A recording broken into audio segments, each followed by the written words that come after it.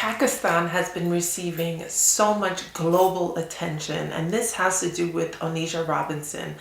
The young woman who was jilted by who she thought was her husband traveled to Pakistan to meet him, but was prohibited from marrying him because of his family. And after a series of events, she's turned into this sensation in Pakistan. If you want to know more about that story, you could check out my previous video, which explains how the Pakistani people have been taking care of her over the last few weeks. And it's really put Pakistan on the world stage for its hospitality, its patience, its kindness. And Americans on social media are commenting like they're ready to go to Pakistan and enjoy the hospitality of Pakistan, which is remarkable to see. So because of the fervor of Americans becoming more and more curious with Pakistan, I felt obliged to do a video, some background information for you so that you could be prepared in your new travels. So to visit Pakistan, you as an American citizen with a U.S. passport will require an electronic authorization to travel, an ETA, and you can apply online for this ETA vis-a-vis the Pakistani's government website.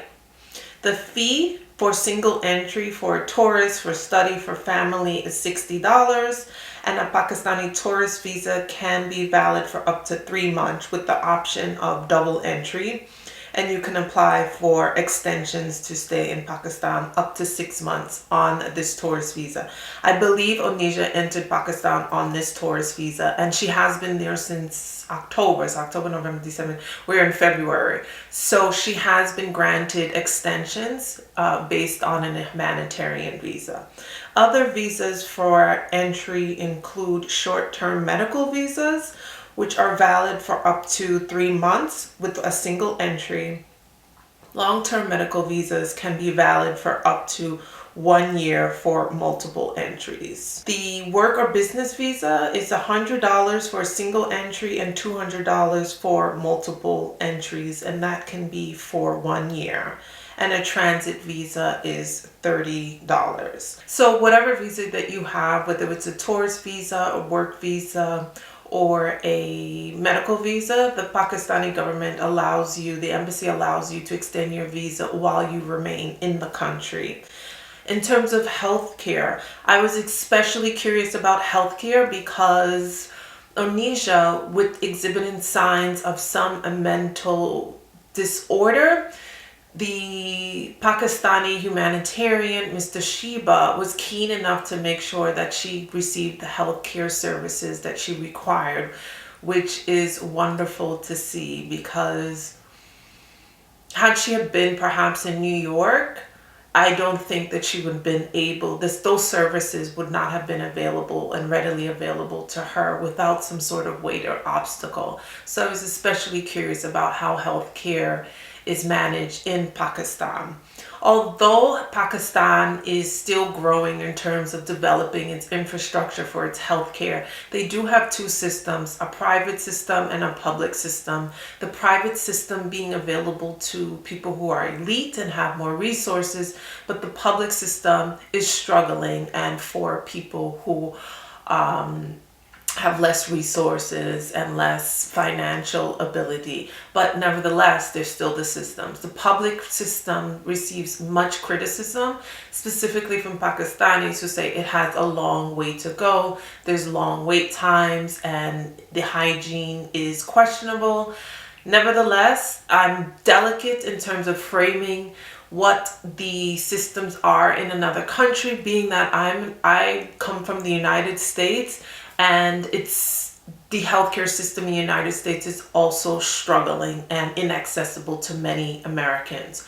So a person's criticism regarding the healthcare in their country, I understand it because I'm coming from a nation which, although has a lot of resources, there's so much inequity in healthcare. So that being said, I'm very careful in how I deliver any criticism regarding healthcare in Pakistani because I cannot speak to it. But there's one that exists if you're poor or if you're wealthy, and that still speaks to at least an effort in terms of providing health care for a person, whereas in the United States it's becoming more and more difficult for a person to access health care regardless of if they have more resources.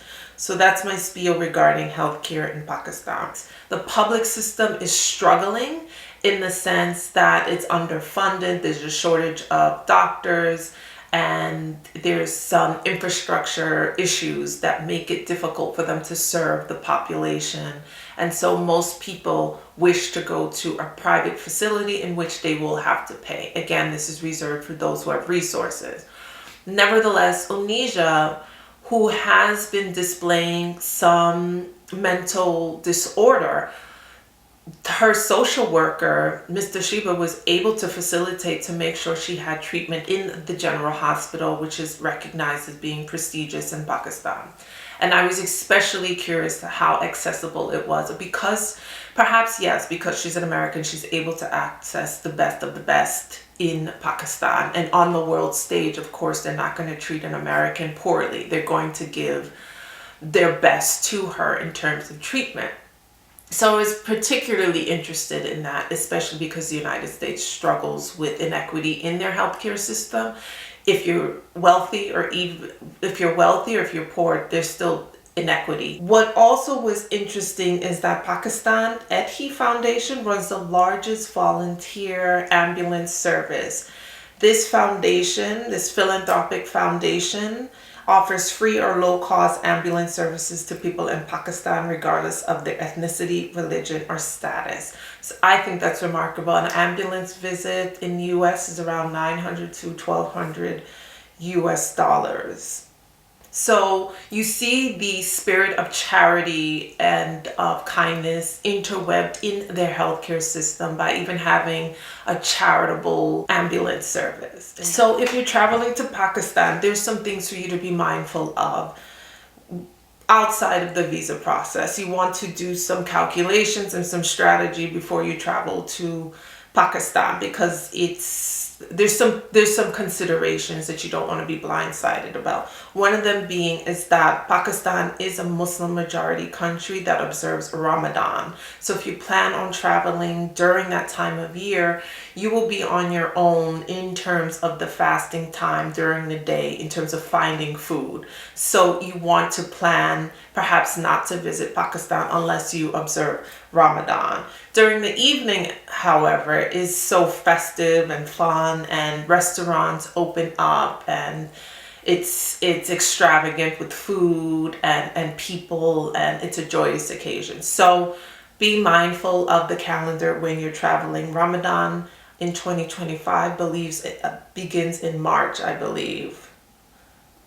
But if you're traveling anytime in Pakistan, you want to make anytime to Pakistan, you want to check the calendar to make sure in accordance with the Islamic lunar calendar.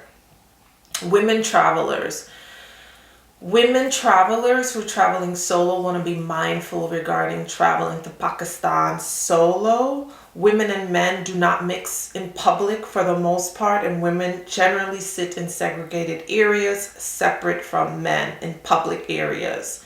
And so attitudes toward foreign women can be protective and curious, but women traveling alone may face some suspicion, sexual harassment, and can sometimes be at risk in crowds. So special rules for women also apply in religious sites.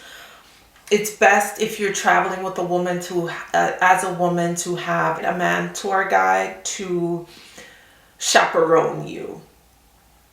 A male companion is best. They face fewer obstacles, so you want to be prepared. If you're traveling solo, it's best that you have some sort of male companion show you around and accommodate you as a tourist. It's inadvisable as a woman to travel to Pakistan knowing nothing about the culture, not having any ancestral relations with Pakistan. As an American woman, you want to be able to fit in and have someone guide you regarding the customs. Also, something to take note of, that there are checkpoints in Pakistan, so you'll be required to show your identifying documents, your passport, and your visa. So you want to make copies of those because you'll be handing that over.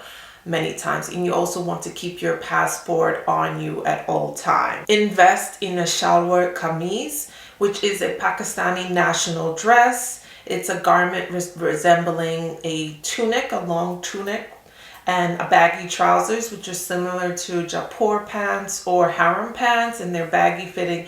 It's best because of the climate. It is a warm place in Pakistan, but the shalwar kameez also shows respect for the culture, and you fit in, and people will take kindly to your effort in wanting to fit in and wear their traditional dress. Dial down any public displays of affection. It's a conservative country, and public displays of affection between men and women, including kissing, touching, even holding hands, are frowned upon. Attitudes toward the LGBTQ plus community can also be quite negative. And so same-sex relationships are illegal. So Pakistan is not a good place to be openly LGBTQ plus as well. It is not unusual for Pakistani men to hold hands or drape arms around another, but this is generally platonic and seen as friendly and like a brotherhood. Bargaining, haggling is part of the custom, so do not feel out of sorts. It's sort of like a sport. It's a way of socializing, so do not feel put upon it to haggle. It's just part of the social fabric.